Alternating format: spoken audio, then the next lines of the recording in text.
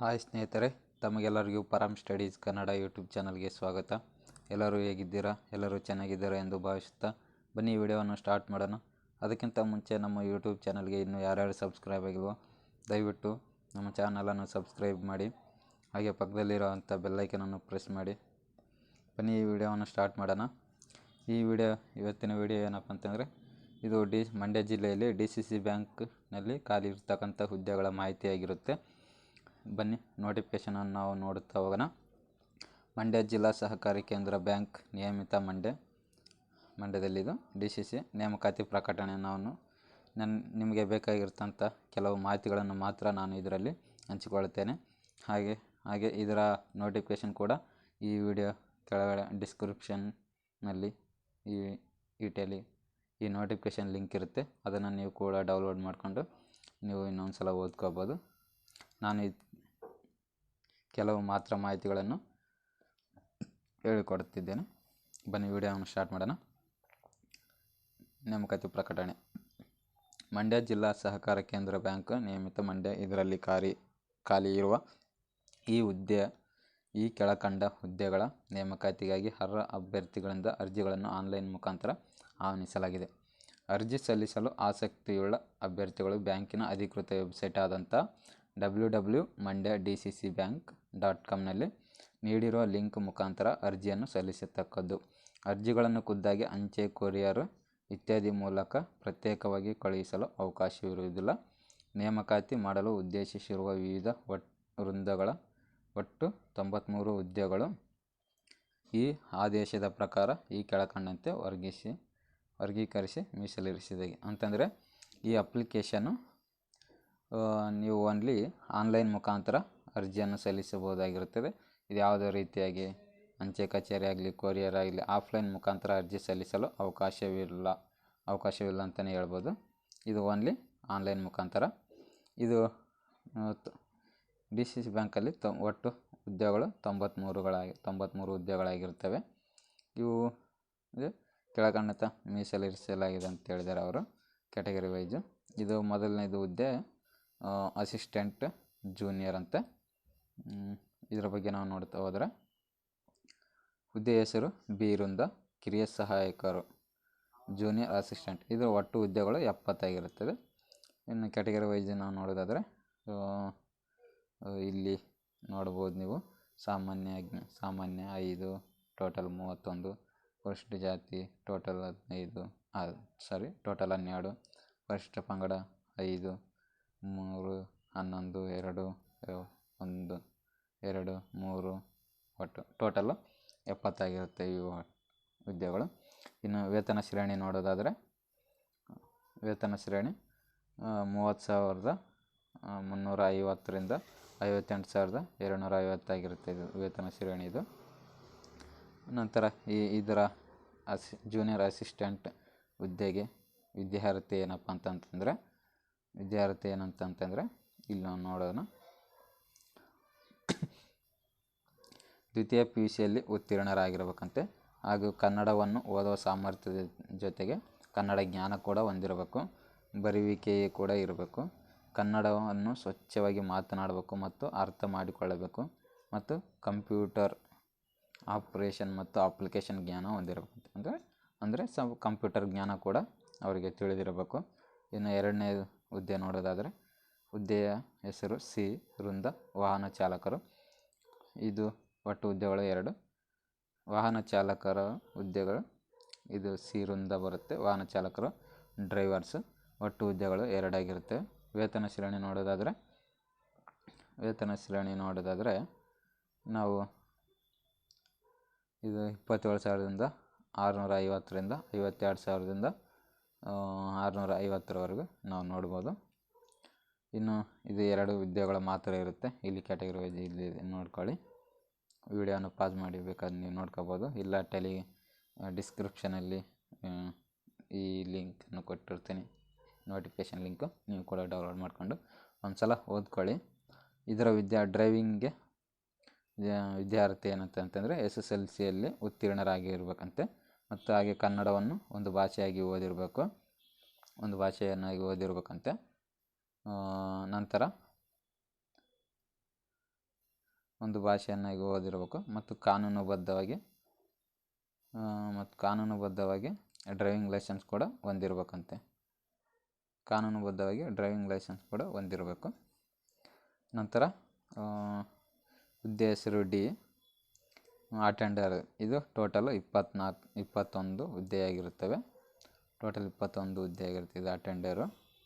ಇನ್ನು ಇದರ ವೇತನ ಶ್ರೇಣಿ ನೋಡಿದರೆ 23,500ದಿಂದ 47,650 ಆಗಿರ್ತದೆ ವೇತನ ಶ್ರೇಣಿ. ಇಲ್ಲಿ ನೀವು ನೋಡ್ಕೋಬೋದು ಹುದ್ದೆಗಳು ಯಾವ್ಯಾವ ಕೆಟಗರಿ ಎಷ್ಟೆಷ್ಟಿದ್ದಾವೆ ಅಂತ. ನಂತರ ಇದಕ್ಕೆ ವಿದ್ಯಾರ್ಹತೆ ನಾವು ನೋಡೋದಾದರೆ SSLCಯಲ್ಲಿ ಉತ್ತೀರ್ಣರಾಗಿರತಕ್ಕಂಥದ್ದು ಮತ್ತು ಕನ್ನಡನೂ ಒಂದು ಭಾಷೆಯಾಗಿ ಓದಿರ್ಬೇಕಂತೆ. ನಂತರ ಇದರ ಒಟ್ಟು ಹುದ್ದೆಗಳು 21. ಇದರ ಮತ್ತು ಅರ್ಜಿ ಮೀಸಲಾತಿಗೆ ಸಂಬಂಧಿಸಿದ ಅಂಕಣದಲ್ಲಿ ಉಪಯೋಗಿಸಿದ ಪದಗಳ ಅರ್ಥವನ್ನು ಈ ಕೆಳಗಂತೆ ಅರ್ಥೈಸಿಕೊಳ್ಳಬಹುದು ನಾವು. ಅದೇ ಜನರಲ್ ಮೆರಿಟ್ ಅಂದರೆ GM, SC ಅಂದರೆ ಶೆಡ್ಯೂಲ್ ಕ್ಯಾಸ್ಟು, ಈ ಥರ ನಾವು ನೋಡ್ಕೋಬೋದು. ಇನ್ನು ಈ ಅರ್ಜಿಯನ್ನು ಮಾತ್ರ ಆನ್ಲೈನ್ ಮುಖಾಂತರ ಮಾತ್ರ ಸಲ್ಲಿಸಬೇಕಾಗಿರುತ್ತದೆ. ಇನ್ನು ಬೇರೆ ಯಾವುದೇ ರೀತಿಯಾಗಿ ಆಫ್ಲೈನ್ ಕೂಡ ಯಾವುದು ಆಪ್ಷನ್ಸ್ ಇರೋದಿಲ್ಲ. ನೀವು ಆನ್ಲೈನ್ ಮುಖಾಂತರ ಮಾತ್ರ ಅರ್ಜಿ ಸಲ್ಲಿಸ್ಬೋದು. ಇನ್ನು ಅರ್ಜಿ ನಿಗದಿತ ಶುಲ್ಕವನ್ನು ನೋಡೋದಾದರೆ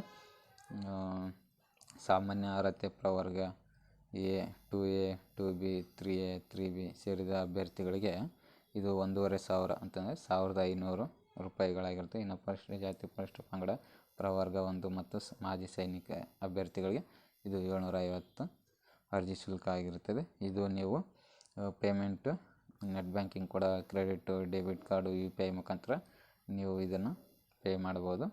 ನಂತರ ಇದು ಅರ್ಜಿ ಸಲ್ಲಿಸಿ ಕೊನೆಯ ದಿನಾಂಕ ನೋಡೋದಾದರೆ ಇದು 16/2/2024 ರಾತ್ರಿ 12 ಗಂಟೆವರೆಗೂ ಮಾತ್ರ ಈ ಕೊನೆಯ ದಿನಾಂಕವಾಗಿರುತ್ತೆ. ಇನ್ನು ವಯೋಮಿತಿ ನಾವು ನೋಡೋದಾದರೆ ಸಾಮಾನ್ಯ ವರ್ಗ 18ರಿಂದ 35. ಇನ್ನು 2A, 2B, 3A, 3B ಅಂತಂದರೆ 18ರಿಂದ 38. ಇನ್ನು ಪರಿಶಿಷ್ಟ ಜಾತಿ ಪರಿಶಿಷ್ಟ ಪಂಗಡ ಪ್ರವರ್ಗ 1 ಅಂತಂದರೆ 18ರಿಂದ 40 ಆಗಿರುತ್ತೆ. ನಂತರ ಅರ್ಜಿ ಸಲ್ಲಿಸೋದು ಮಾತ್ರ ಆನ್ಲೈನ್ ಮುಖಾಂತರ ಅಂತ ಹೇಳಿದ್ದಾರೆ. ಇನ್ನು ಯಾವುದೇ ಆಫ್ಲೈನ್ ಕೂಡ ಇಲ್ಲ. ಇಲ್ಲಿ ಇದೆ ನೋಡಿ, ಅಭ್ಯರ್ಥಿಗಳು ಬ್ಯಾಂಕಿನ ಅಧಿಕೃತ ವೆಬ್ಸೈಟ್ಗೆ www.mandya.dcc.com ಇಲ್ಲಿ ತೆರೆದ ಕೂಡಲೇ ಕಂಪ್ಯೂಟರ್ ಪರದೆ ಮೇಲೆ ಅರ್ಜಿಯನ್ನು ಸಲ್ಲಿಸಬೇಕು. ಈಗಾಗಲೇ ಅರ್ಜಿಯನ್ನು ಓಪನ್ ಆಗಿದೆ. ನೀವು ಕೂಡ ಅರ್ಜಿ ಸಲ್ಲಿಸಬಹುದು. ಏನಾರ ಡೌಟ್ ಇದ್ದರೆ ನೀವು ಕೂಡ ಹೆಲ್ಪ್ಲೈನ್ ನಂಬರ್ ಕೂಡ ಇದೆ. ಈ ಹೆಲ್ಪ್ಲೈನ್ ನಂಬರ್ ಕೂಡ ಕರೆ ಮಾಡಿ ನೀವು ತಿಳ್ಕೊಬೋದು. ಇನ್ನು ಅರ್ಜಿ ಸಲ್ಲಿಸಲು ನಿಗದಿಪಡಿಸಿದ ದಿನಾಂಕ ಅಂತಂದರೆ ಈಗಾಗಲೇ 18/1/2024 ಈಗಾಗಲೇ ಅರ್ಜಿ ಪ್ರಾರಂಭವಾಗಿದೆ. ಅರ್ಜಿ ಸಲ್ಲಿಸಲು ಕೊನೆಯ ದಿನಾಂಕ 16/2/2024 ಆಗಿರುತ್ತೆ. ಇನ್ನು ಅರ್ಜಿ ಶುಲ್ಕ ಪಾವತಿಸಲು ಕೂಡ 16/2/2024 ಇರುತ್ತೆ ಅಂತಂದು ಹೇಳ್ಬೋದು. ಅಭ್ಯರ್ಥಿಗಳು ಓನ್ಲಿ ಆನ್ಲೈನ್ ಮುಖಾಂತರ ಅರ್ಜಿ ಸಲ್ಲಿಸಬೇಕು, ಅದು ಬಿಟ್ಟು ಯಾವುದಿಲ್ಲ. ಇನ್ನು ಇದಕ್ಕೆ ಬೇಕಾಗಿರ್ತಂಥ ಡಾಕ್ಯುಮೆಂಟ್ಸ್ ಕೂಡ ಒಂದು ಫೋಟೋ ಮತ್ತು ಸಿಗ್ನೇಚರ್ ಮಾತ್ರ ಬೇಕಾಗಿರ್ತದೆ. ಪಾಸ್ಪೋರ್ಟು ಅಳತೆ ಅಂತಂದರೆ 45 mm ಉದ್ದ ಅಥವಾ 35 mm ಅಗಲಂತೆ. ಇನ್ನು ಸಹಿ 20 mm 35 mm ಅಗಲಂತೆ ನೀವು ನೋಡ್ಕೊಳ್ಳಿ. ನಂತರ ಇವಾಗ ಅರ್ಜಿ ಸಲ್ಲಿಸಬೇಕಾಗಿರ್ತಕ್ಕಂಥ ಮಾಹಿತಿಯನ್ನು ನಾನು ಸಂಪೂರ್ಣವಾಗಿ ಕೊಟ್ಟಿದ್ದೀನಿ ಅಂತ ನಾನು ತಿಳ್ಕೊತೀನಿ. ಇನ್ನು ಏನಾದರೂ ಡೌಟ್ ಇದ್ದರೆ ಇನ್ನು ಆಯ್ಕೆ ವಿಧಾನ ಏನಪ್ಪ ಅಂತಂದರೆ ಇದು ಲಿಖಿತ ಪರೀಕ್ಷೆ ಆಗಿರುತ್ತೆ. ಇದು ಟೋಟಲ್ಲು ಇಲ್ಲಿದೆ ನೋಡಿ. ಕರ್ನಾಟಕ ಸಹಕಾರ ಸಂಘಗಳ ನಿಯಮಿತ 1916 ನಿಯಮ ಸಂಖ್ಯೆ 18ರ ಅನ್ವಯ ಅರ್ಹ ಅಭ್ಯರ್ಥಿಗಳನ್ನು ಆಯ್ಕೆ ಮಾಡಲಾಗುವುದು. ಅಂದರೆ ಬಿ ವೃದ್ಧ ಹಂತದ ಜೂನಿಯರ್ ಅಸಿಸ್ಟೆಂಟ್ ಹುದ್ದೆಗಳಿಗೆ 200 ಮಾರ್ಕ್ಸಿಂದ ಲಿಖಿತ ಪರೀಕ್ಷೆ ಇರುತ್ತೆ. ಕನ್ನಡ ಭಾಷೆ 50, ಸಾಮಾನ್ಯ ಇಂಗ್ಲೀಷ್ 25, ಸಾಮಾನ್ಯ ಜ್ಞಾನ 25 ಮತ್ತು ಸಹಕಾರಿ ವಿಷಯ 50 ಮತ್ತು ಭಾರತ ಸಂವಿಧಾನ 25 ಇರುತ್ತೆ. ಮತ್ತು ಸಮಾಜಯುಕ್ತವಾದ ಚಟುವಟಿಕೆಗಳು ಮತ್ತು ವಸ್ತುನಿಷ್ಠತೆಗಳ ಬಗ್ಗೆ ಇದು 25 ಮಾರ್ಕ್ಸಿಂದ ಇರುತ್ತೆ. ಟೋಟಲ್ 200 ಮಾರ್ಕ್ಸಿಂದ ಇರುತ್ತೆ ಅಂತ, ಈ ಪೇಪರ್ 200 ಮಾರ್ಕ್ಸಿಂದ ಇರುತ್ತೆ ಅಂತಲೂ ಹೇಳ್ಬೋದು. ನಂತರ ಇನ್ನು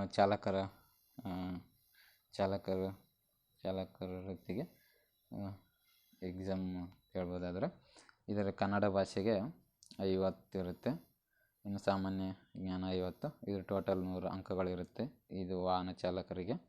ಇನ್ನು ಅಟೆಂಡರ್ಗೆ ಇದು ಕೂಡ ಸೇಮು, ಕನ್ನಡ ಭಾಷೆ 50, ಸಾಮಾನ್ಯ ಜ್ಞಾನ 50, ಟೋಟಲ್ 100 ಮಾರ್ಕಿಂದ ಪೇಪರ್ ಇರುತ್ತೆ.